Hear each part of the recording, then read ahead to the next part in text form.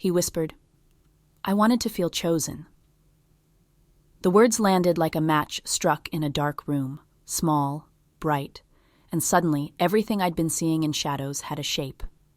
I remember the way my fingers went cold around the doorknob, the way the air in our bedroom felt too still, like the house itself was holding its breath to hear what I would do next.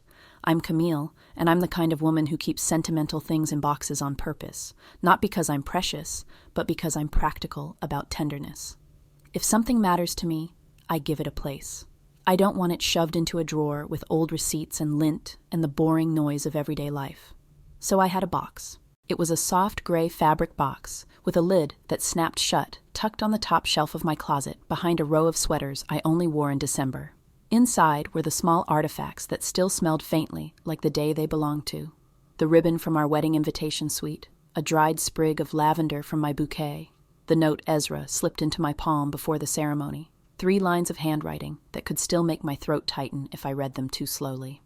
And, folded carefully in tissue paper, like it was made of breath, the lingerie I wore on our wedding night. Not because it was scandalous, not because it was a trophy, because it was symbolic. It was the first thing I chose for myself that day that wasn't about anyone else's eyes. My mom's, my bridesmaids, the photographers. It was for me and for him and for the private use that existed behind the public performance of vows. It was ivory, delicate, stitched with tiny floral details that looked like something you'd find in a keepsake book. It held the memory of being newly married like a pressed flower. When I touched it, I remembered the tremble in my hands as I got ready, the way Ezra looked at me later, like the world had finally made sense. So when I reached for the box on a random Tuesday evening and felt only tissue paper and air, my body reacted before my mind did. A heat rose up my neck, my stomach tightened. My first thought was absurd. Did I misplace it? I sat on the edge of our bed with the lid in my lap, staring into the box as if the lingerie might reappear if I stared hard enough. I moved the tissue paper like it was evidence. I checked under the note, beneath the ribbon, between everything I knew was there. The box was familiar down to the way the corners creased. And I knew, with the strange certainty you get when something you treasure goes missing, that I hadn't imagined it. Ezra was in the kitchen humming softly, some half-remembered tune, moving around with the ordinary comfort of a man in his own home. The sound of a cabinet closing drifted down the hallway, then the clink of a spoon against a mug. My throat felt tight. I stood, put the lid back on the box with care that didn't match how I felt, and carried it to the closet like I was returning a body to a grave.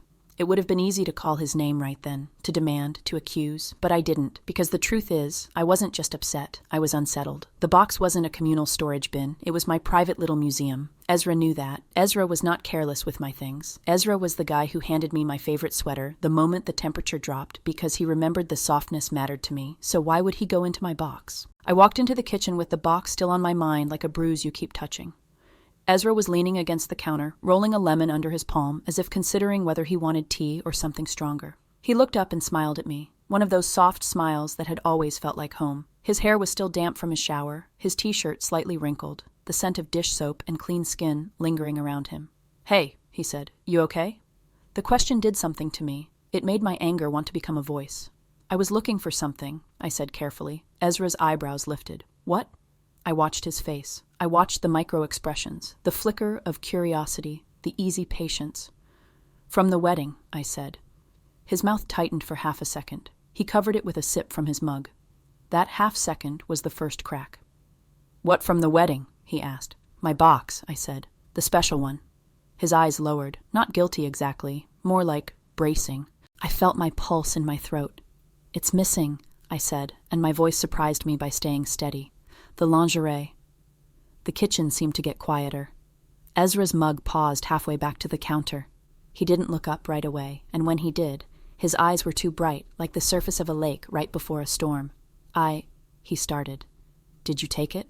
I asked. He swallowed. "Camille." That was it. That one word, my name said like a warning sign, and my anger finally found its footing. "Yes or no, Ezra?" He set his mug down very carefully. "Yes," he said. And then, as if one confession unlocked a trapdoor, he added quickly, "I'm sorry." My hands clenched at my sides. "Why?" He opened his mouth, closed it. He looked like he was searching for language that wouldn't betray him. "It wasn't," he began, then stopped again, visibly frustrated with himself. "It wasn't about disrespecting you. I didn't mean..." I cut him off because I could feel my emotions lining up like dominoes. You went into my box, I said. You took something that meant something to me, without asking. I know, he said, and his voice sounded rough. I know. I stared at him, waiting for the rest. Waiting for something that made sense. Some stupid, understandable reason, like he'd wanted to surprise me with an anniversary recreation, or he'd spilled coffee on it by accident, or, I washed it, he blurted, as if that was a defense. That's not the point, I snapped. He flinched, and immediately my anger sharpened into something else, something edged with fear, because the Ezra I knew didn't flinch from hard conversations. He didn't fold in on himself. He didn't look like a man whose skin was suddenly too tight for his bones. Where is it? I asked. Ezra's eyes flicked down the hallway, toward our bedroom. He exhaled like he'd been holding air hostage. It's in there. My stomach dipped. In our bedroom? He nodded once. Slow. I walked first. Not because I was brave, but because if I stayed in the kitchen any longer, I might say something that would crack us in a way I didn't want. Ezra followed behind me, his steps quieter than usual, as if he was trying not to startle a wild animal. At our bedroom door, I paused with my hand on the frame. I could hear nothing. The house was calm, the kind of calm that suddenly feels suspicious. Ezra touched my elbow gently, then pulled his hand back like he wasn't sure he'd earned contact. Camille, he said softly. I didn't answer. I just pushed the door open. The light from the bedside lamp spilled across the room in a warm triangle, leaving the corners dim. Our bed was made, pillows fluffed. The dresser held the usual clutter. My hairbrush, his watch, a stack of unopened mail we kept pretending didn't exist. Ordinary. Familiar. And then I saw him. Ezra was standing near the foot of the bed, and for one beat my brain refused to process what I was seeing as real. The lingerie, my lingerie, was on his body. The ivory fabric looked impossibly delicate against his skin. The straps were slightly crooked, like someone had put it on with trembling hands. His arms were stiff at his sides. His shoulders were hunched, as if he was trying to be smaller than he was. His face was pale, eyes wide and wet, jaw tight, like he was holding back something heavy. He wasn't posing. He wasn't performing. He looked like a man who'd walked into a sacred space and realized too late that he didn't know the rules. I stopped in the doorway. My heart hammered so hard I could feel it in my teeth. Ezra's eyes met mine, and the panic in them was immediate. Camille, please! The anger that had carried me down the hall flared into something hotter, because now it wasn't hypothetical. Now it was visceral. A symbol I'd protected was stretched across a moment I hadn't consented to share. What are you doing? I demanded, and my voice came out louder than I intended. Ezra's throat bobbed. That was mine, I said, and the words sounded small compared to what I felt. That was from our wedding. I know, he whispered, and it hurt, how sincere he sounded. It hurt because sincerity doesn't erase the violation. I took a step into the room, then another, keeping distance like the space between us was a safety line. My eyes kept snagging on details I didn't want to catalog, the way the fabric pulled slightly in places, the way his hands shook when he tried to adjust a strap, and then gave up. You didn't ask, I said, and now my voice shook.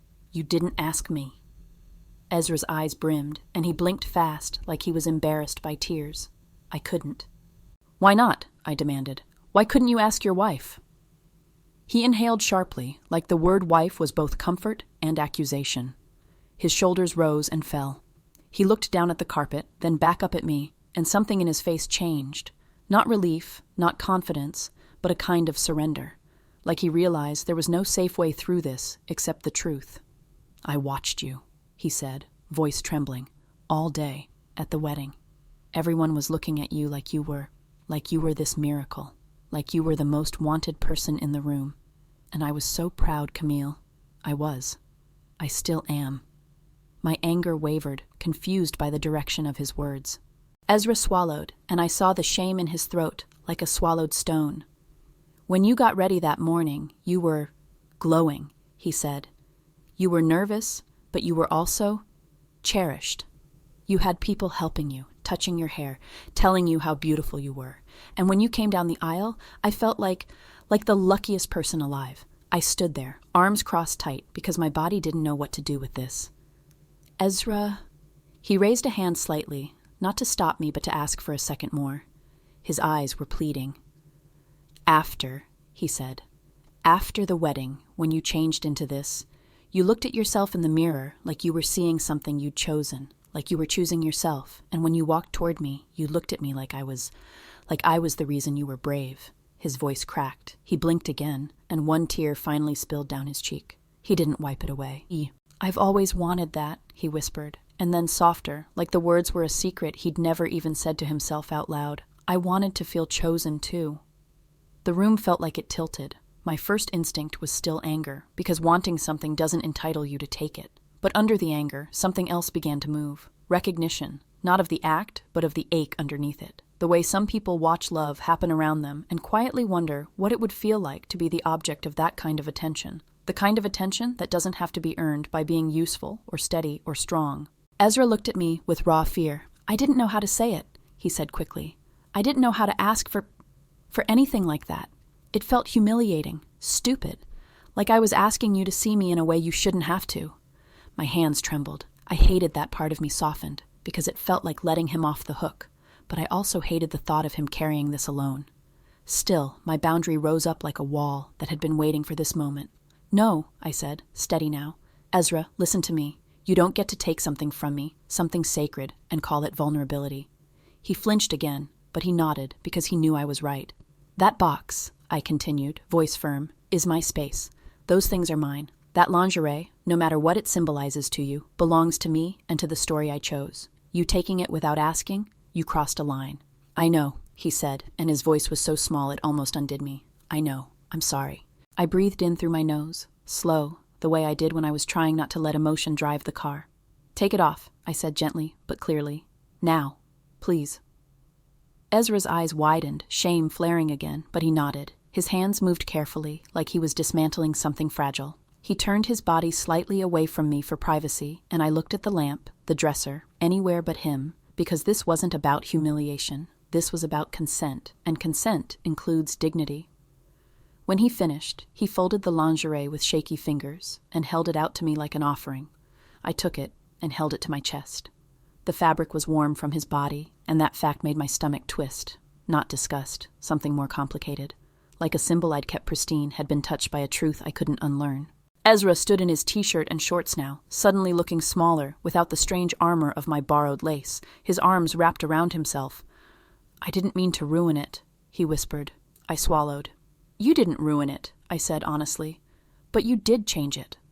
His eyes shut, a pained flicker across his face. "I'm sorry." "I believe you," I said, and it was true. "But Ezra, this can't happen again. Not with my things, not with my body, not with my symbols. If you want something, if you want to explore something, you ask. You tell me, you don't take." He nodded fast, desperation in the movement. "Okay," he said. "Okay, I won't. I promise." The air between us stayed tight, but not broken.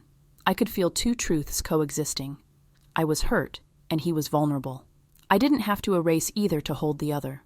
I carried the lingerie to the edge of the bed and set it down gently, like laying a bird with an injured wing somewhere safe. Then I turned back to him. "What you said," I began, choosing my words carefully, "about wanting to feel chosen. I hear that. I do." Ezra's eyes searched mine, wary. "You do?" "Yes," I said. "But you can't borrow my chosen moments. You deserve your own." He looked like he might cry again, but this time it was something like relief cracking through the fear. "I don't even know what that would look like," he admitted. "Then we figure it out," I said, and felt something inside me steady into purpose, together, with consent. Ezra let out a shaky breath. "Camille, I'm scared you'll think I'm—" "Stop," I said softly, surprising myself with the echo of a word that felt like a hand on his shoulder. "Don't make me fight a version of you I don't believe in." He blinked, stunned. "I'm not scared of you wanting to feel cherished," I continued. "I'm scared of secrets that make you do things you'd never do if you felt safe enough to speak." Ezra's shoulders dropped a fraction. "I didn't feel safe," he admitted, and the confession sounded like it cost him. "Not because of you, because of me, because of what I tell myself I'm allowed to want." I nodded slowly. I thought about our wedding day, about how I'd been lifted by a whole net of support. I thought about Ezra at the edge of that net, holding it steady for me, never asking to be held in return. "What were you looking for when you put it on?" I asked. Ezra stared at the floor. "I don't know," he whispered. "Maybe I wanted to see if I could feel what you felt, if I could feel pretty, wanted, like someone would look at me and think, yes, him. My throat tightened. I stepped closer, still keeping my boundaries clear, and placed my hand gently on his upper arm. You don't have to steal that feeling, I said, but you do have to let me in if you want it. His eyes lifted to mine, glossy. You'd help me? Yes, I said, and meant it, because love isn't just attraction or partnership. Sometimes love is offering someone a door out of shame. But here's the deal, I added, firm again, because softness without structure is how people get hurt. We do it right, we set rules. Ezra nodded, eager. Anything. First, I said, my special box is off limits unless I invite you into it. No exceptions. Okay, he said immediately. Second, I continued, if you want to wear lingerie, it won't be mine. We'll get you your own. Something chosen for you. Something that doesn't carry my story. Ezra's breath hitched. My own, he repeated, like the concept itself was a lifeline. Third, I said, we talk. You don't disappear into this alone. You tell me when you're feeling that ache, when you want to feel chosen. We name it so it doesn't grow teeth in the dark. His eyes squeezed shut, and he nodded. Okay, he whispered. And fourth, I said, softer now, if we do this, it's not a joke. It's not a dare. It's not something you do and then hate yourself for. If you want to feel cherished, we create a moment that honors that. Ezra looked at me like he couldn't quite trust the ground. How? I thought for a beat, then something simple and honest came to me. This weekend, I said, we go shopping. Not for me, for you. We pick something you like, something that fits, something that you choose. Ezra's mouth trembled. And then what? Then, I said, feeling the weight of the moment settle into my bones, we make a night of it. No pressure, no performance. You tell me what you want to feel. You tell me what makes you feel seen. We set boundaries, and I will look at you the way you want to be looked at, with consent, with care. His eyes overflowed this time, tears spilling freely. He covered his face with his hands, a sound halfway between a sob and a laugh escaping him. I stood there and let him feel it. I didn't rush to fix. I didn't scold. I just waited, because sometimes the most chosen thing you can do for someone is to stay. When he finally lowered his hands, his cheeks were wet, his eyes red, but something in him looked lighter. I'm sorry, he said again, but now it wasn't frantic. It was grounded. I know, I replied. He swallowed. I didn't want to hurt you. I wanted to feel like I was worth dressing up for. My chest ached with something fierce and tender. Ezra, I said quietly, you are worth dressing up for. You always have been. But you have to let me know you want that. You have to let me choose you on purpose. He nodded, and I watched the words sink in, watched him absorb the possibility that chosen wasn't something you stole, it was something you asked for and received. That night, after I put the lingerie back into its tissue paper, with hands that still trembled, I placed it back in the box and closed the lid. The symbolism felt altered, yes, no longer untouched, no longer pristine. But symbols aren't only about purity. Sometimes they become about honesty. Sometimes the sacred thing becomes not what never got bruised, but what survived a bruise and stayed meaningful anyway. Ezra and I didn't resolve everything in one conversation. We didn't. Healing doesn't move that fast. But something important did happen. The secret that had made him steal gave way to the truth that made him ask. And when he said, I wanted to feel chosen, I didn't excuse what he did. I didn't pretend it was fine. I drew the line, clear and firm, because love without boundaries is just fear in a pretty outfit. Then I offered him something else, a path that didn't require taking from me to feel whole. A path that started with consent and ended with him learning that chosen can be given, freely, deliberately, lovingly, if you're brave enough to speak your need out loud. So tell me, could you forgive the borrowing if the truth was that vulnerable?